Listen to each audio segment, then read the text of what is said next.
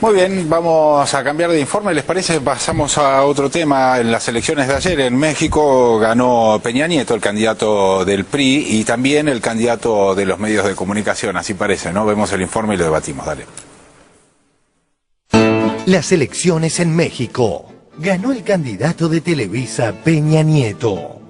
El PRI regresa al poder en México 12 años después de abandonarlo. En realidad se sostiene que es un triunfo de Televisa, la más importante cadena de televisión de América desde hace muchísimos tiempos, y el verdadero poder en ese país. Peña Nieto es un candidato que no resiste demasiado análisis, una construcción evidente de los medios de comunicación. Octubre de 2005. El semanario Proceso difundía un contrato entre el gobierno del Estado de México y la empresa Promo, propiedad de Alejandro Quintero, un ejecutivo de Televisa. Una estrategia integral que incluía asesorías y venta de espacios para la promoción y proyección de la imagen del político mexiquense. Un plan que arrancaba en 2005 y concluiría en 2012, con la llegada de Peña Nieto a la presidencia de la República. Existía una estrategia multimillonaria de venta de espacios informativos en la televisión de Televisa a Enrique Peña Nieto, el candidato del PRI. Yo no quiero minimizar el voto de las mayorías, pero convengamos que mucha gente realmente vota por imagen, y Peña Nieto es un actor de telenovela y está bancado por Televisa. Se le vincula mucho con Televisa, ¿no?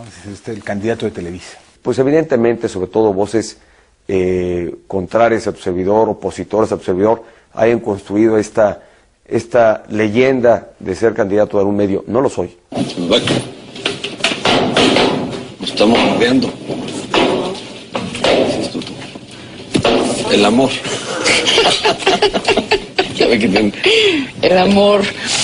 El amor. ¿Qué es salir con y qué es andar con? A ver, tú dime qué, pues no qué es una y qué es otra. Pues no, es que yo tengo esa misma duda como joven soltera. ¿Quieres saber si somos novios? Sí. Sí. Ok. Es decir, si hay que buscar un ejemplo de telepolítica que tenemos a mano, ahí está. Es absolutamente Video así. política, ahí está. Y Peña Nieto tiene mucho dinero y tiene mucha banca. Ayer dijo que su combate contra el narcotráfico y el narcodelito va a ser frontal. Y lo que las crónicas más creíbles de México nos informan es que el delito del narcotráfico no había llegado al Estado de México hasta que él fue gobernador. Veamos este papelón de Peña Nieto en la Feria del Libro de Guadalajara del año pasado. Durante varios minutos, el exgobernador del Estado de México no pudo completar la lista de 3 lecturas que han influido en su vida. Leía algo que seguramente en mi vocación por la política alentaba este espíritu por la política.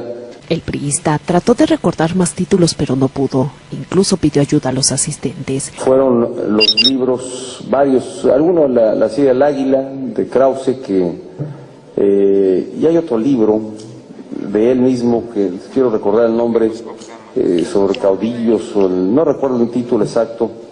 Estamos hablando, y creo que además...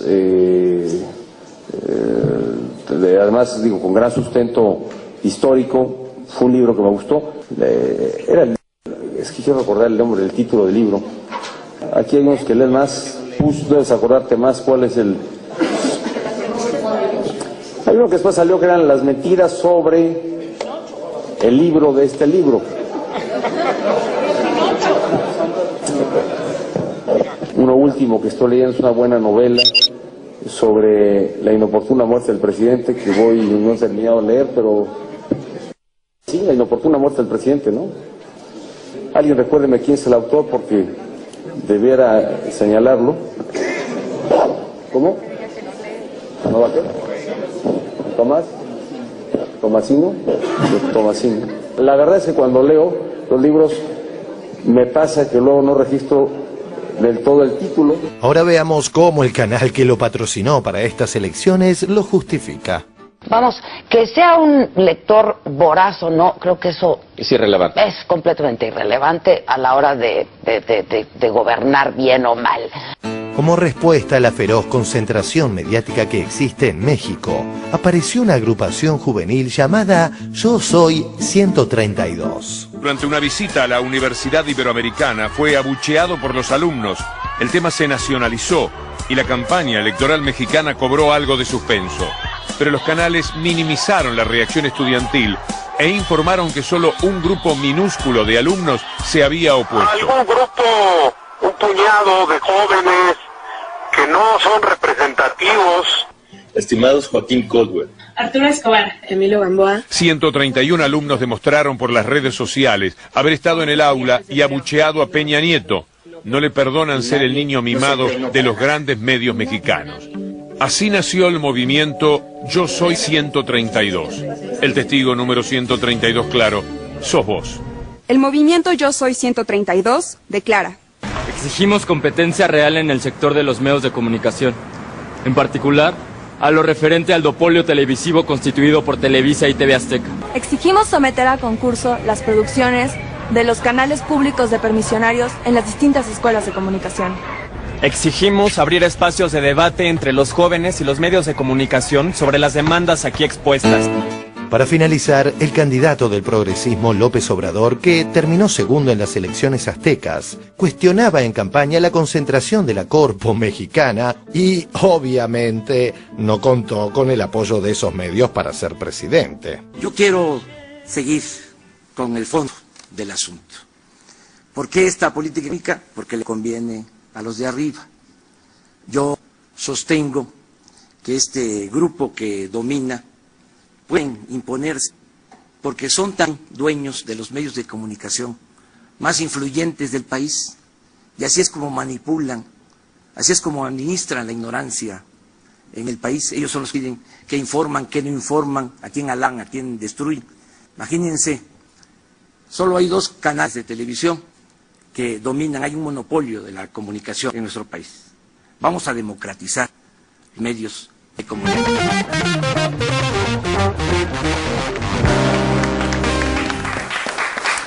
Impresionante lo de López Obrador, ¿no? Impresionante. Estaba pensando cuánto habrá influido en este caso, porque la verdad es que la elección que hizo fue buena, digamos, fueron 7 puntos alrededor de diferencia. ¿Cuánto habrá influido este acuerdo con la televisión que ha tenido el candidato del PRI, ¿no? Sí, seguramente influyó. Acá no se dijo en el informe, pero hay 500 canales de televisión en México y todos pertenecen a estas 2 corporaciones, Televisa y TV Azteca. Indudablemente esto influyó. Y además que vivimos tiempos muy particulares donde la televisión, los medios de comunicación ejercen una gran influencia sobre la gente, sobre la sociedad. Y si estos medios no están democratizados, obviamente que van a pasar cosas como esta. Además, otra cosa que me gustaría decir a propósito de las elecciones en México es esto de que el PRI vuelve al poder después de 12 años de no estar, pero que tiene una historia de poder en México, de 71 años de ser gobierno. Claro. Y de alguna manera también fueron 71 años de ser de alguna manera el dueño de la verdad. Cuando salen estos chicos de Yo Soy el 132, yo pensé en aquellos otros chicos de los años 60, del año 68, de la Universidad de Tlatelolco, masacrados justamente por pedir libertades al Estado mexicano. Y claro, los tiempos han cambiado, no es lo mismo, pero acá se está pidiendo más o menos lo mismo, más democracia, ¿no? Viendo al presidente, perdóname, el presidente electo de México, me hizo acordar mucho a cuando Mauricio Macri también fue a la Feria del Libro y deben ser muy amigos, se deben juntar a leer los libros de José Luis Borges. Sí. Sí, realmente que impresionante la escena de no... Se parece un poquito a la escena, ¿no? Sí, claro, totalmente. Cecilia, ¿cambia de alguna manera algo la relación entre Argentina y México a partir de este cambio político que va a haber evidentemente en México?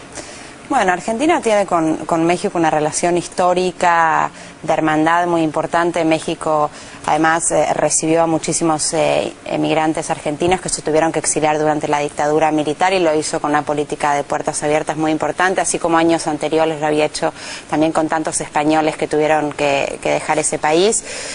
Y sobre esa relación histórica se ha construido en los últimos años una relación también económica importante. Es un país con el cual hay un comercio bilateral creciente, hay muchas inversiones mexicanas también en Argentina, con lo cual ese es un vínculo que está vigente. Por supuesto, puede haber alguna reconfiguración en la relación, pero ante todo es una relación importante dentro, de nuevo, de una política con América Latina que es muy estratégica, que es prioritaria, y que si bien México no es parte del Mercosur o de la UNASUR, sí ocupa un lugar relevante como destino comercial y como origen de inversiones.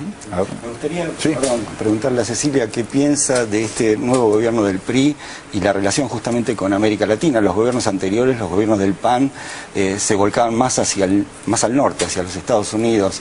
¿Crees que este gobierno del PRI busque alianzas para el sur? Vamos a ver qué es lo que va a pasar. Yo creo que sería absolutamente deseable y necesario que podamos fortalecer los vínculos con México desde ese lugar, y creo que hay una puerta que se abre con un cambio de autoridades en ese sentido, pero de nuevo, también el año pasado hubo una visita de Estado muy importante de nuestra presidenta a México. El presidente Calderón ha venido a Argentina en más de una ocasión, con lo cual es un vínculo que es relevante, que ha crecido en los últimos años y que probablemente tenga algún nivel de reconfiguración. México ha estado presente en la cumbre del Mercosur, también durante los últimos días en Mendoza. Me parece que es clave dentro de América Latina y en general con los países del sur fortalecer la vinculación, más como decíamos, en este contexto en que justamente en los países del norte, en los países centrales, hay una crisis importante que nos exige a nosotros estar más integrados y más fortalecidos. A ver, Nora. Sí, creo que, bueno, es bochornosa la imagen del nuevo presidente mexicano, ¿no? En esa feria del libro, pero me parece que es el candidato, si uno lee los perfiles que han salido a lo largo de estos días, ha sido un candidato creado y criado para lo que ellos querían hacer, ¿no? El PRI volvió al poder con este personaje, y lo que es muy llamativo en México es que es un país absolutamente cruzado por la violencia a partir del narcotráfico, de un Estado absolutamente cooptado por el narcotráfico, en los cuales los candidatos hasta ahora no habían dicho nada. Y las primeras declaraciones que hizo el candidato electo fue que va a seguir con la misma política en cuanto a la lucha contra el narcotráfico.